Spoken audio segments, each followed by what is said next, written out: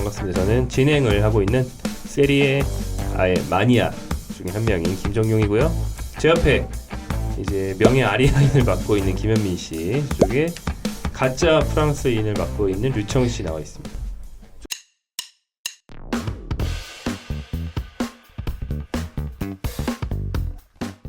이번에 오늘은 주간 손흥민 아닙니다. 류청 기자가 참지 못하고 튀어나왔던 바로 고 선수 황의조 선수인데요. 네. 정확한 이름은 황의조, 그리고 신태용 감독식의 발음으로는 항의조라고 합니다. 우리 항의조. 항의조 선수는 지난 24일 21라운드에서 두 골을 몰아쳤어요.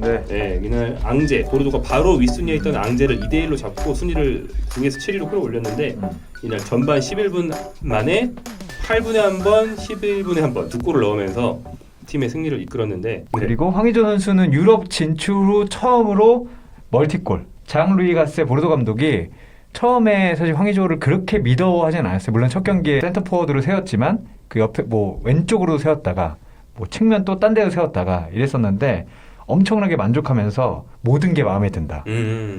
최전방에서 할 수도 있고 측면에 세워도 불평하지 않는다. 중원 거의 밑에 쪽에서 거의 수비형 미드필더 자리에서 한 번에 찔러줘서 황의조 선수가 뒤로 옆으로 라인 파괴하고 들어가서 골 넣는 경우가 되게 많거든요. 그런 걸 하면서 이 깊은 패스도 잘 받는다 이런 말을 했는데 황의조 선수가 확실히 적응을 좀 빨리 한 것 같아요. 이 장루이 가세 감독이 원래도 그렇게 좋은 팀에서 이제 감독한 적은 없는 데다가 바깥에서 좀 찔러 들어오고 한 번에 만드는, 그러니까 뭔가 아기자기하게 만드는 이런 거는 베나르파 너 알아서 해. 그리고 나머지는 뒤에서 길게 넘어왔을 때 공격수들이 기민하게 그 타이밍을 빠져들어가가지고 좀 효율적으로 골을 넣는 건데 황의조 선수가 이거에 완벽하게 하면서 상당히 만족감을 표하고 있거든요. 황의조 선수가 사실 스프린트를 많이 하는 선수는 아니잖아요. 근데 단번에 찔러 들어가는 움직임이 상당히 최근에 좋았고 그게 둘 다 골로 연결된 것 같거든요. 첫 번째, 두 번째 골 모두 좀 그 노래로 표현하면 호랑나비 같아요. 춤을 춥니다, 황의조 선수가. 호랑나비요? 호랑나비처럼 춤을 추다 계속 골을 넣어요. 호랑나비, 김은국 씨의 명곡 김은국 씨. 호랑나비. 죄송합니다. 제가 초등학교 때 얘기라. 첫 골 보면 오른쪽으로 완벽하게 뚫렸는데 황의조가 처음에 들어갔다가 그 타이밍에 공이 안 들어옵니다. 그래서 한번 휘청했다가 두 번째 들어오는데 그걸 귀신같이 맞춰가지고 호랑나비처럼 춤을 추다가 맞춰 넣고. 그 휘청이 호랑나비였다는 거군요. 호랑나비야 날아봐 하고 김은국 씨가 지금 자빠지는 그 모션을 한번 했다. 절대 안 자빠지지 김은국 씨는. 네. 그리고 두 번째 골도 귀신같이 빠져 들어갔는데 첫 타이밍에 공을 터치를 좀 잘못했어요. 골대 오른쪽으로 몸이 좀 쏠렸는데 관성을 이겨내고 그 공을 안쪽으로 딱 치거든요. 그 순간에 수비수가 오른쪽으로 이탈합니다. 수비수가 아마 쿨리발리였을 거예요. 수비수가 이탈했는데 그런데 이제 골키퍼가 뛰어나오잖아요. 정말 가랭이 사이밖에 없는데 그걸 차놓더라고요. 그러면서 이제 황의조가 많이 올라왔구나 이런 생각을 했고, 프랑스의 이제 통신사 AFP라고 있는데 AFP 말씀하시는 거군요. AFP가 황의조가 다시 한번 보르도의 승리를 이끌었다. 이렇게 얘기를 했고, 뭐 가세 감독은 최근에 황의조밖에 믿을 사람이 없잖아요. 5골인데 최정상인 거 보면 가세를 잘리지 않게 하고 있다. 황의조는 지난 시즌에 6골 넣었거든요.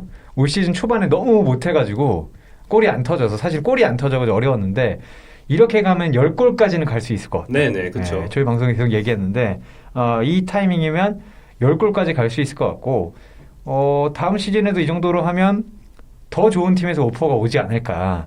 사실 그 후스코드닷컴 들어가서 선수별로도 강점 단점이 나와요.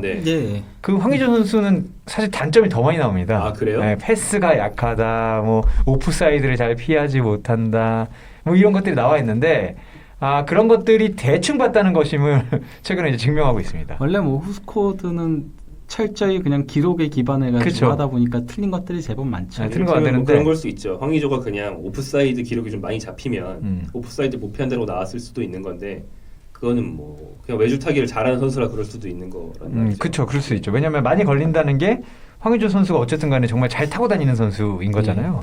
인자기가 오프사이드 그렇게 많이 걸렸습니다. 그렇죠. 오프사이드를 전반에는 수도 없이 걸리면서 라인을 타다가 이제 심판의 성향을 보고서는 가장 이제 아슬아슬하게 타고 가서 골을 넣죠. 독일이 그거에 굉장히 많이 당했죠.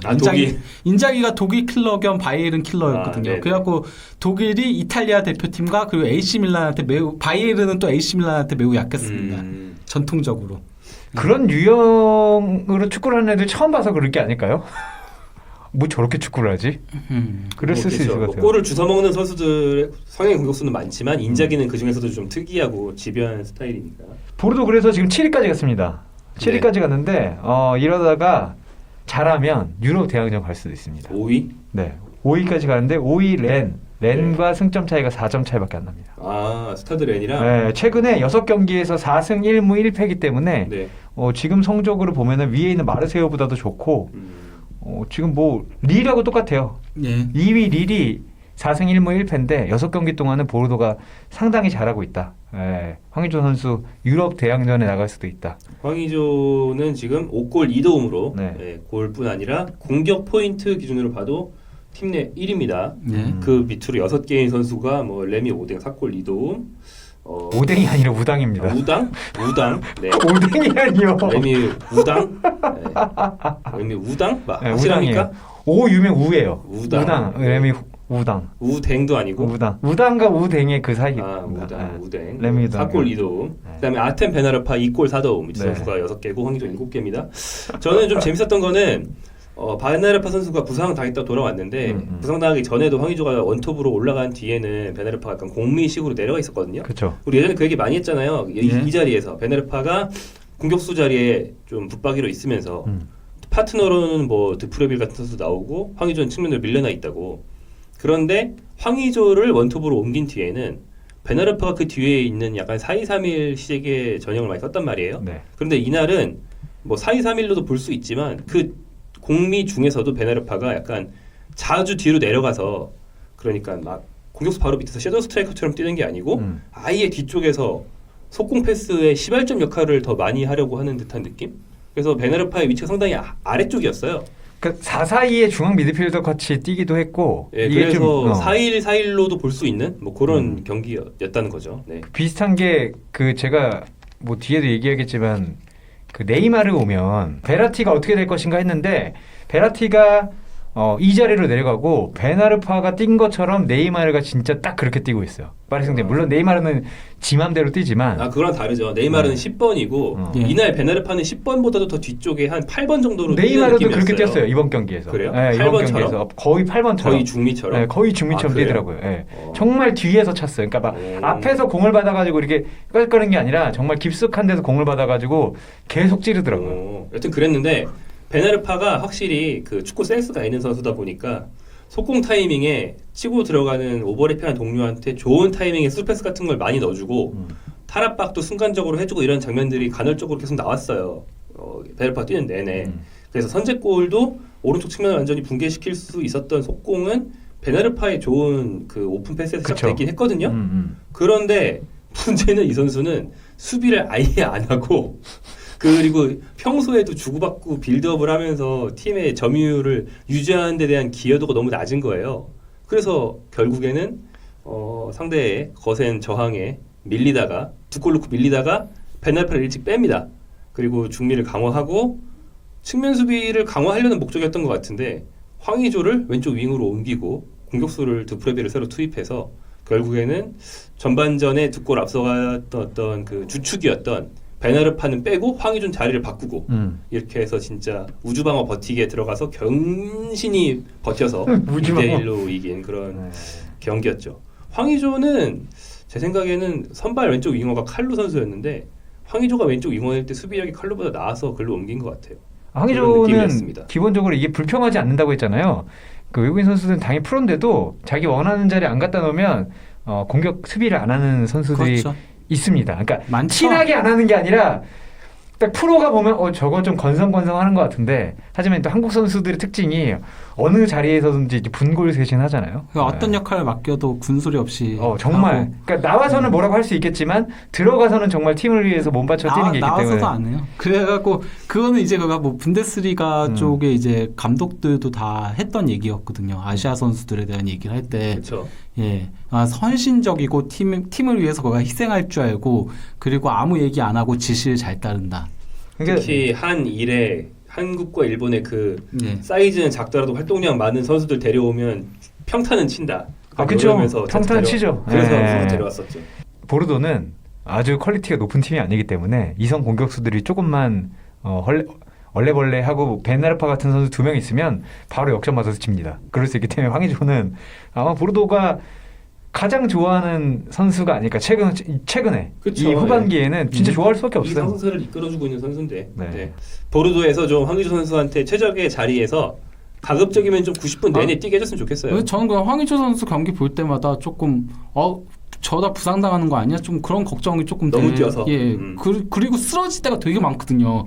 그라운드에 막 다리 붙잡고 막 쓰러져 있는 그치. 경우들을 볼 때가 너무 많아가지고 그래갖고 살짝 그게 조금 걱정이 되긴 다른 하더라고요. 선수들은 쓰러져서 그냥 일어나는데 황의조는 쓰러지면 얼굴 빨개져가지고 아니, 근데 되게 정말 힘들어요. 힘들게 뛰어서 그래. 미친 듯이 네. 뛰잖아요. 네, 미친 듯이 뛰니까 그게 이해가 가요. 그러니까 다른 선수가 그러면 엄살 피우나라고 생각을 할 수 있는데 그리고 또 황의조 선수가 그럴 때는 항상 경기 막판이거든요. 예, 그래갖고 막 다리 막 제대로 풀리지도 않고 막 좀 이런 모습들이 나와가지고 저다 부상당하는 거 아니야? 막 좀 그런 걱정이 되더라고요. 그리고 이제 황의조 선수를 가까이서 몇 번 봤는데 간바와 스쿼 시절을 일본 가서 인터뷰도 한번 했었고 황의조 선수 그 피부 톤이 힘들면 잘 빨개지는 사람들 있잖아요. 워낙 하얗잖아요. 네. 예.